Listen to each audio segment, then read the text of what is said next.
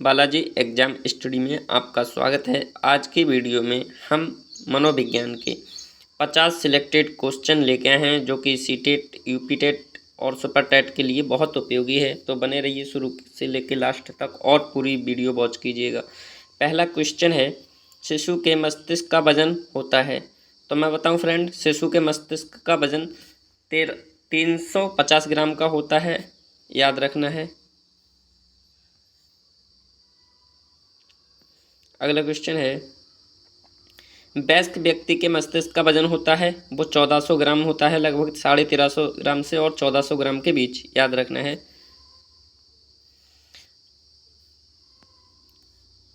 अगला क्वेश्चन है, 2 बार आने वाले दांतों की संख्या कितनी है। मैं बताऊं फ्रेंड, यहाँ से 2-3 क्वेश्चन बता दे रहा हूँ।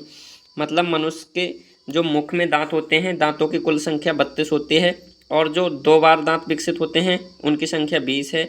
और दांत मनुष्य में 4 प्रकार के पाए जाते हैं। 12 दांत होते हैं वो स्थायी होते हैं, 20 दांत अस्थायी होते हैं, यानी कि 2 बार विकसित होते हैं, याद रखना है। तो हमारा राइट आंसर क्या किसके साथ चला जाएगा, 20 के साथ। 2 बार विकसित होते हैं 20 दांत, याद रखना है। मनुष्य एक सामाजिक प्राणी है, यह कथन किसका है। तो जो अरस्तु साहब थे, इन्होंने कहा जो मनुष्य है एक सामाजिक प्राणी है, याद रखना है। अरस्तु जी ने कहा मनुष्य एक सामाजिक प्राणी है। अगला क्वेश्चन है, बालक में सामाजिकरण का प्रारंभ किस अवस्था में होता है। जो बालक होता है उसमें सामाजिकरण का प्रारंभ होता है वो शैशवावस्था में होता है, याद रखना है, शैशवावस्था में। अगला क्वेश्चन है, बालक का सामाजिकरण किस अवस्था में पूर्ण हो जाता है। जो बालक का सामाजिकरण होता है वो किस अवस्था में पूर्ण हो जाता है। तो किशोरावस्था में सामाजिकरण के सभी गुण आ जाते हैं बच्चे में। अगला क्वेश्चन है, बालक की गिरोह की अवस्था किस अवस्था को कहा जाता है। तो बाल्यावस्था को गिरोह की अवस्था कहा जाता है, याद रखना है, गिरोह की अवस्था। बालक में नकारात्मक सोच किस अवस्था में उत्पन्न होती है। जो नकारात्मक सोच होती है वो किशोरावस्था में उत्पन्न होती है, याद रखना है, किशोरावस्था। सामाजिक अधिगम का सिद्धांत किसने दिया था। तो बंडूरा और वाल्टर ने सामाजिक अधिगम का सिद्धांत दिया था, याद रखना है। अगला क्वेश्चन है, मनोसामाजिक विकास का सिद्धांत किसने दिया। तो इरिक्सन ने मनोसामाजिक विकास का सिद्धांत दिया है, इरिक्सन साहब ने, याद रखना है। अगला क्वेश्चन है, वर्तमान में विद्यालय जाने की उम्र है कितनी है। 3 वर्ष थी। वर्तमान में 3 वर्ष है विद्यालय जाने की उम्र। अगला क्वेश्चन है, औपचारिक शिक्षा प्रारंभ होने की उम्र है 6 वर्ष है। 6 वर्ष से औपचारिक शिक्षा प्रारंभ करने की उम्र है। अगला क्वेश्चन है, शर्म की अवस्था कहा जाता है। बाल्यावस्था को शर्म की अवस्था कहा जाता है, याद रखना है, बहुत इंपॉर्टेंट क्वेश्चन है बाल्यावस्था को। अगला क्वेश्चन है, अनुकरण की अवस्था कहा जाता है। जो अनुकरण की अवस्था है यानी कि सीखने की अवस्था है वो शैशवावस्था को कहा जाता है। शैशवावस्था में बच्चा दूसरों से अनुकरण करने से सीखता है, याद रखना है। तो ये शैशवावस्था को कहा जाता है, अनुकरण की अवस्था। फिर स्वप्रेम की भावना किस अवस्था में होती है। जो स्वप्रेम की भावना होती है मतलब अपने लोगों से स्वयं जो प्रेम करने की भावना होती है वो शैशवावस्था में होती है, याद रखना है, शैशवावस्था। अगला क्वेश्चन है, सामाजिकता को मापने की विधि है। जो सोशियोमेट्री है यह सामाजिकता को मापने की विधि है, याद रखना है, सोशियोमेट्री। अगला क्वेश्चन है, वाइनलैंड सोशियोमेट्री स्केल का निर्माण किसने किया। जो वाइनलैंड सोशियोमेट्री का निर्माण स्केल का निर्माण किसने किया, ये एडलर ने किया था, याद रखना है। अगला क्वेश्चन है, 1 वर्ष में बालक का वजन जन्म के समय का हो जाता है 3 गुना हो जाता है 1 वर्ष में। जब बच्चे का जन्म हुआ था वो 1 वर्ष में समय उसका वजन कितना हो जाता है, 3 गुना हो जाता है उसके वजन का, याद रखना है, 3 गुना। अगला क्वेश्चन है, 6 माह में बालक का वजन जन्म के समय का हो जाता है 2 गुना हो जाता है 6 माह में, याद रखना है, 2 माह में। अगला क्वेश्चन है, जन्म के समय बालक की लंबाई होती है 20 इंच होती है, याद रखना है, जन्म के समय बालक की लंबाई 20 इंच। अगला क्वेश्चन है, बच्चों को सबसे पहले भाषा का ज्ञान कहाँ से होता है? तो अपने परिवार से होता है। और मैं बताऊं फ्रेंड, जो बच्चे के प्रथम गुरु माने जाते हैं वो माता पिता माने जाते हैं, याद रखना है। प्रथम गुरु माता होती है, याद रखना है। अगला क्वेश्चन है, छठवीं कक्षा में पढ़ने वाले बालक का शब्द भंडारण लगभग कितना होता है? जो छठवीं कक्षा में पढ़ता है बालक, उसका जो शब्द भंडारण होता है वो कितना होता है? 50,000 शब्दों का होता है, याद रखना है। 50,000 शब्दों तक होता है अगर कोई बालक छठी कक्षा में पढ़ रहा है तो, याद रखना है। अगला क्वेश्चन है, 10वीं कक्षा में पढ़ने वाले बालक का शब्द भंडारण लगभग कितना होता है? तो मैं बताऊं फ्रेंड, जो 10वीं कक्षा में कोई बालक पढ़ रहा है उसका शब्द भंडारण 80,000 शब्दों तक होगा, याद रखना है। 80,000 शब्दों तक। अगला क्वेश्चन है, लड़का एवं लड़कियों में से किसका शब्द भंडारण अधिक होता है? लड़कियों का शब्द भंडारण अधिक होता है, याद रखना है। लड़का और लड़कियों में से लड़कियों का। अगला क्वेश्चन है, भाषा को सीखने के साधन कौन कौन से हैं? तो भाषा को सीखने के साधन निम्नलिखित हैं।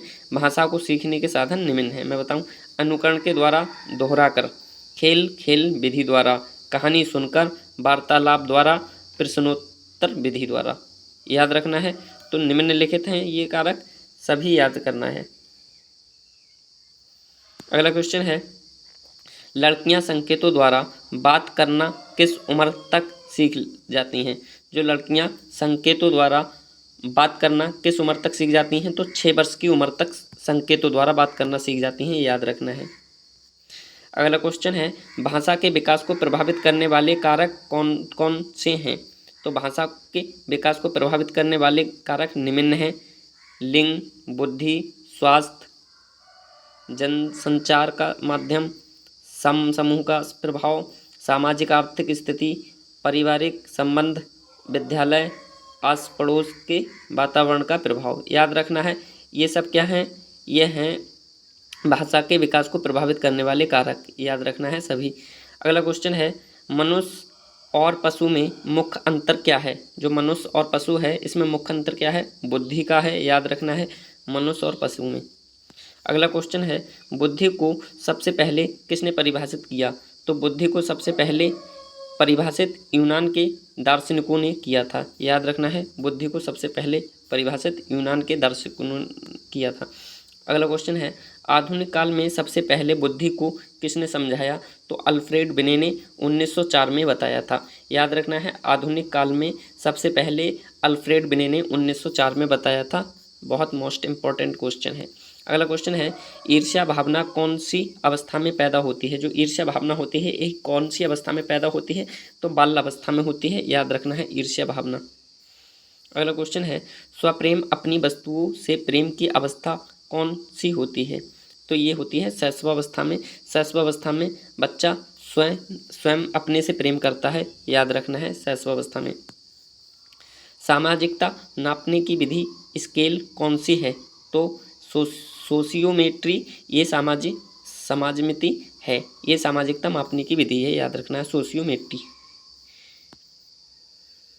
अगला क्वेश्चन है, सोशियोमेट्री स्केल का निर्माण किसने किया? जो सोशियोमेट्री स्केल का निर्माण ये डॉक्टर एडलर ने किया था, याद रखना है, डॉक्टर एडलर। अगला क्वेश्चन है, डॉक्टर एडलर ने कितनी क्रियाओं के आधार पर सामाजिक परिपक्वता को नापा था?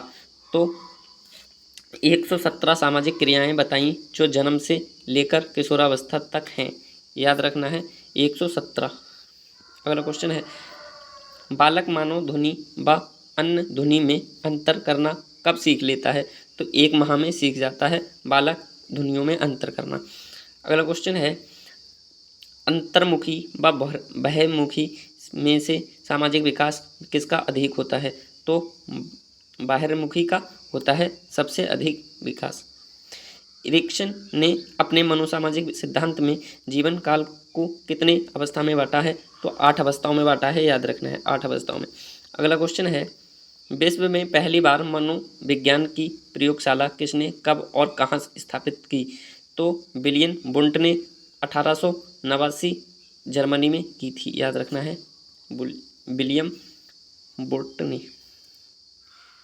अगला क्वेश्चन है सामाजिक विघटन की क्रियाएं किसे कहते हैं। जो सामाजिक विघटन की क्रियाएं होती हैं वो किसे कहते हैं। तनाव, झगड़ा, लड़ाई, संघर्ष आदि को कहते हैं। याद रखना है विघटन की क्रियाएं, इसके कारण विघटन हो जाते हैं, यानी कि परिवार से अलग हो जाते हैं। तनाव, झगड़ा और लड़ाई के कारण याद रखना है, तो हमारा ये हो जाएंगे तनाव, झगड़ा, लड़ाई, संघर्ष आदि को कहते हैं। अगला क्वेश्चन है शिक्षा में प्रयोजनवाद की विचारधारा का प्रवर्तक कौन था। तो विलियम जेम्स था, याद रखना है विलियम जेम्स। अगला क्वेश्चन है बच्चों के लिए सबसे उत्तम शिक्षक वह है जो स्वयं बालक जैसा हो।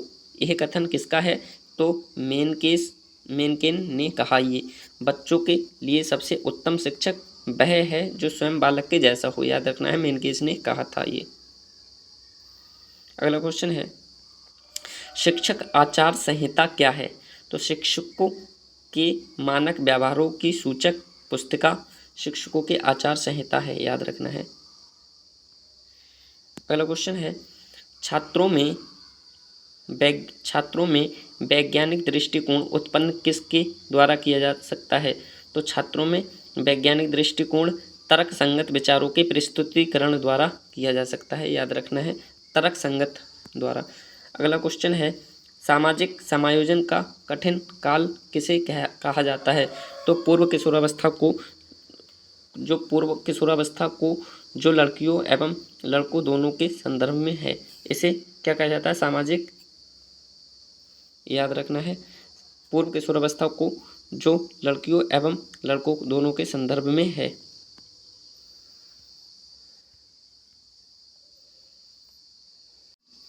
तो अगला क्वेश्चन है छात्रों का विश्वास प्राप्त करने हेतु शिक्षक को उनके साथ कैसा व्यवहार करना चाहिए।